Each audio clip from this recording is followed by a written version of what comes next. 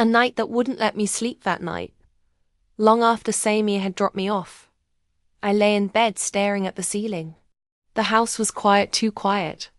Amir was still at work, or so he had said, and the hum of the refrigerator in the kitchen was the only sound in the apartment. I replayed every detail of that evening. The way Samir had looked at me in the cafe, the way his voice softened when he asked how I was really doing, the extra second his eyes lingered when I stepped out of his car. It wasn't what he said, it was everything he didn't say. And that silence was far louder than words. Told myself it was harmless, that it was just a ride home. But there was something unsettling about how easily I had opened up to him. It felt dangerous. Not in a physical sense, but in the way that once certain doors in your mind are unlocked, you can't close them again. An unexpected text at 11:42 p.m. My phone lit up. Samir. Hope you got some rest. A simple message, but it stopped my breath. It wasn't inappropriate. It wasn't suggestive, but it was personal. And the fact that he had thought about me after dropping me off meant more than it should have. I typed and erased my reply twice before finally sending. Me. Trying to. Long day. The little dots appeared. He was typing. Then they vanished. He didn't send another message. And somehow, that made me think about him even more. The next encounter the next day was Friday, and I wasn't expecting to see him again so soon. But around lunchtime, my phone rang.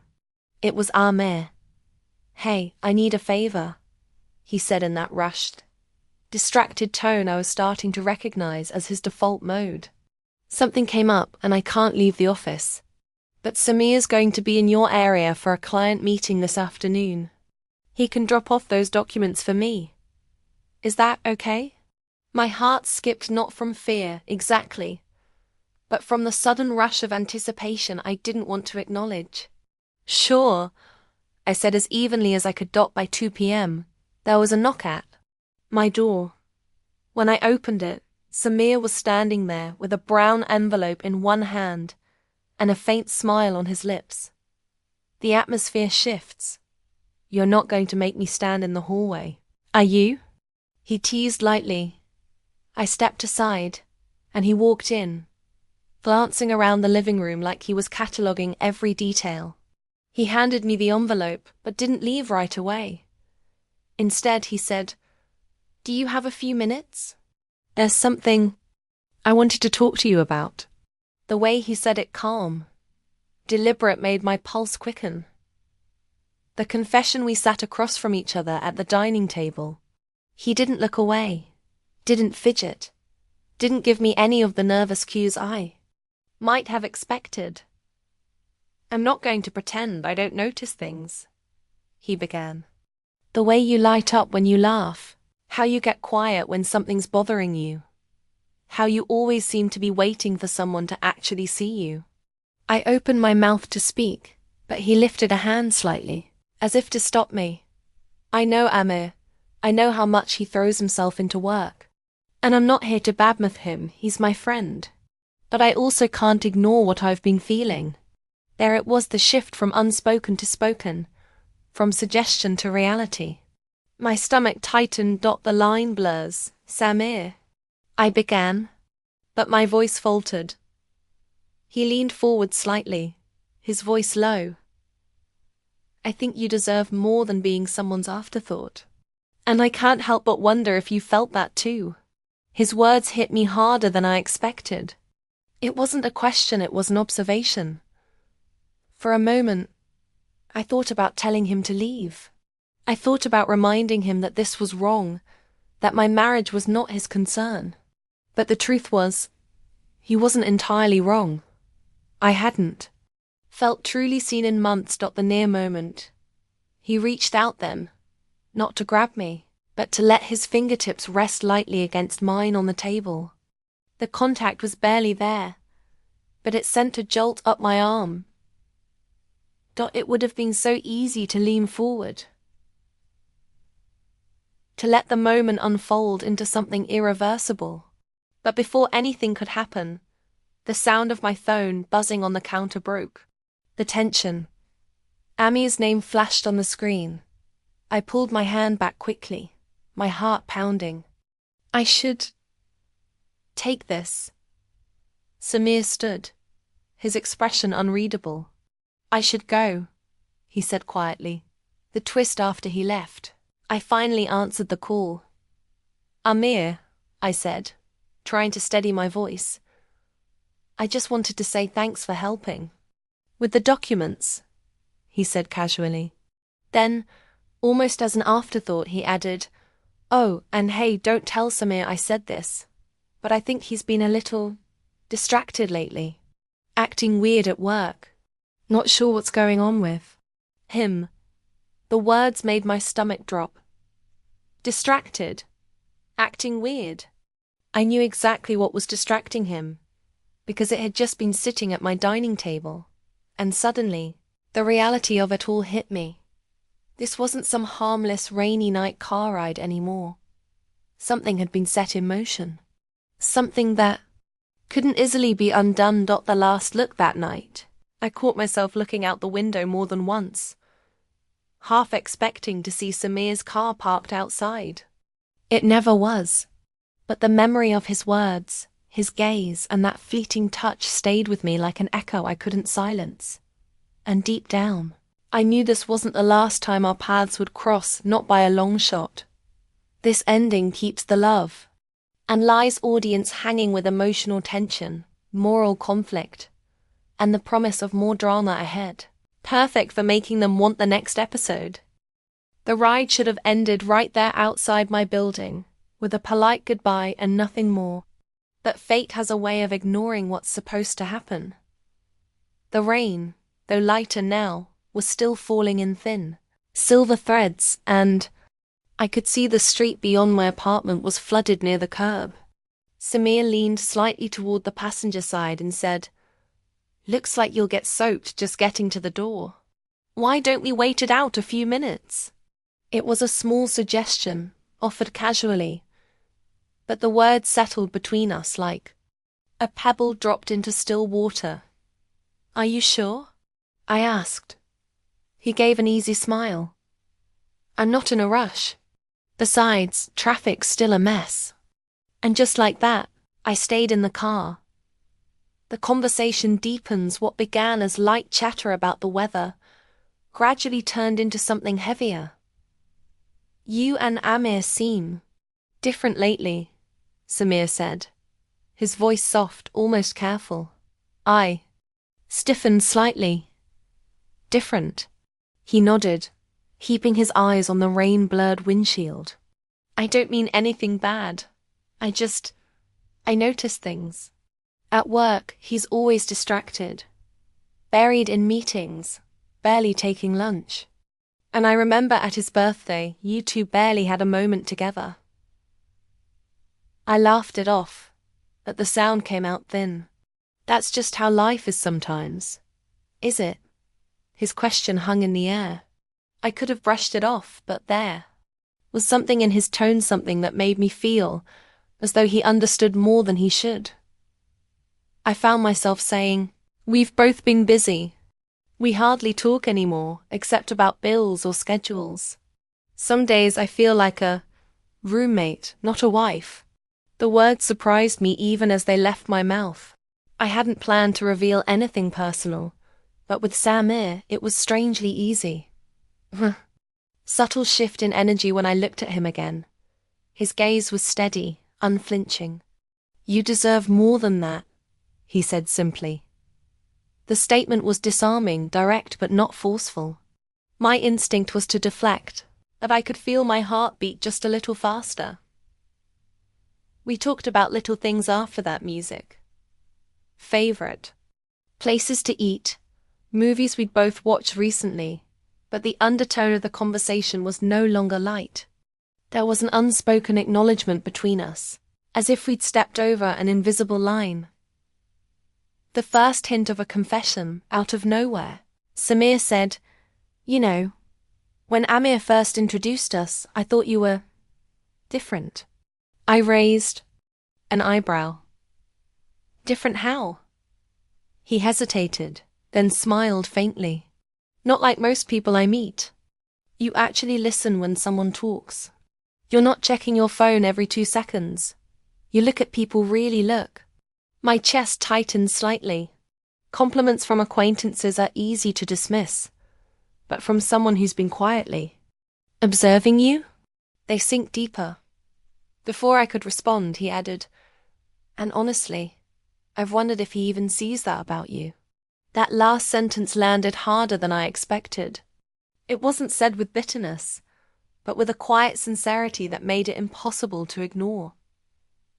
The unexpected detour traffic had cleared enough by then that we could have easily ended the ride, but instead of turning toward the main road out of my area, Samir slowed down. There's a coffee place a few blocks from here, he said. Do you want to wait out the rain there instead? My treat. It was such an innocent suggestion, yet my pulse quickened. I hesitated, telling myself it was just coffee. And yet, deep down, I knew it was more than that. We ended up at a small corner cafe, the kind with warm lighting and the faint scent of cinnamon in the air. A few students huddled over laptops in the corner. A couple chatted by the window, but otherwise it was quiet. Samir ordered us both cappuccinos and found a table tucked away at the back. More than just small talk once seated. The conversation deepened again, almost naturally.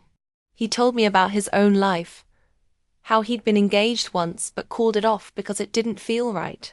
He spoke about his family, about feeling like an outsider in his own home at times. It wasn't the kind of talk you had with someone you barely knew. It was intimate, not in a romantic sense yet, but in the kind of way that stripped away the usual masks people wore. I shared a small story about the early days of my marriage, how Amir and I once stayed up all night laughing about something silly. Samir smiled, but said quietly, "You're still that woman. You just need someone to remind you."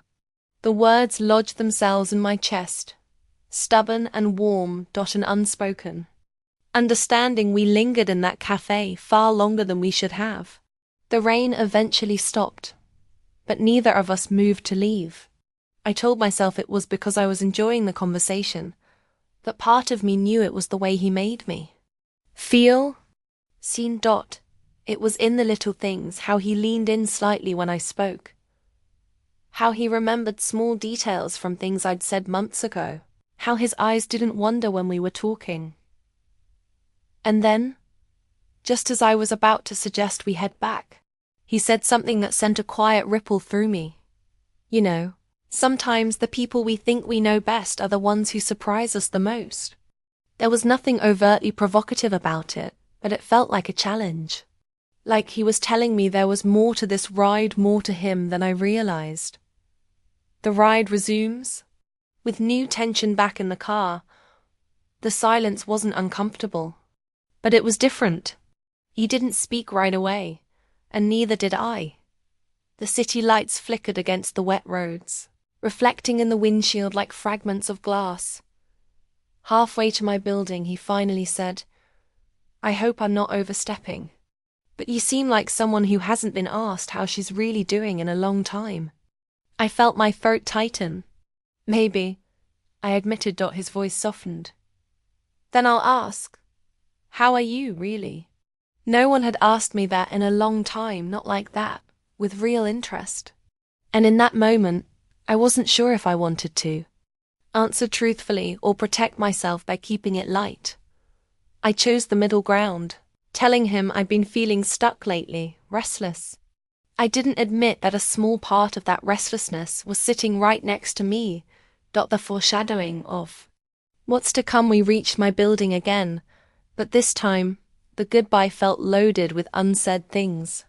He didn't lean over or touch me, but the way he held my gaze for that extra second, just 1 second, before I stepped out of the car was enough to make my stomach flutter. "Get inside safe," he said. I nodded, but as I walked to my door, I could feel his eyes on me until I disappeared inside. I didn't know it yet, but that extra second, that unspoken moment, would be the start of something that could change everything.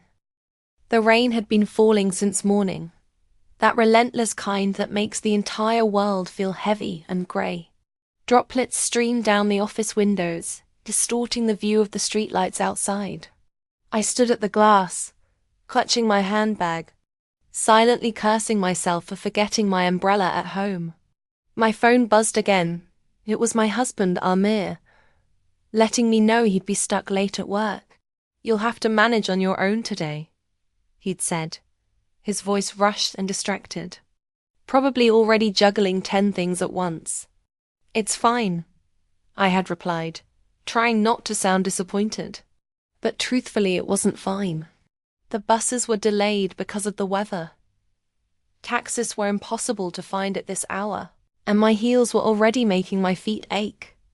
I lingered by my desk a little longer, waiting for the storm to ease, when I heard a familiar voice behind me.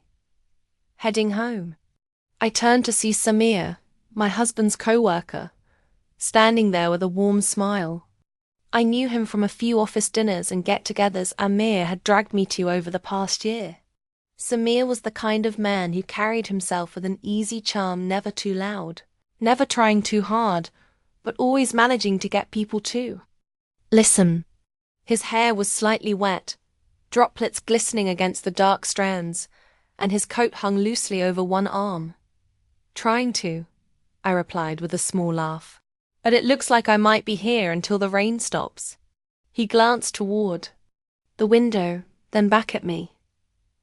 "I'm heading your way. Let me drop you home."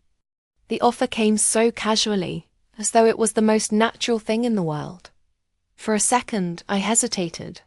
It wasn't that I didn't trust him. It's just that I'd been raised to keep a certain polite distance from my husband's friends and colleagues. Still, the thought of standing out in the rain, trying to find a cab, was far less appealing than sitting in a warm, dry car. "That's kind of you," I said finally. "But are you sure it's not out of your way?" He smiled. "Not at all. I insist." Something in his tone, light, confident, made it easy to accept without feeling guilty. I grabbed my coat and followed him out. The car ride begins the moment we stepped outside. The cold wind slapped against my skin. The city was a blur of umbrellas and headlights, the air thick with the scent of rain on asphalt.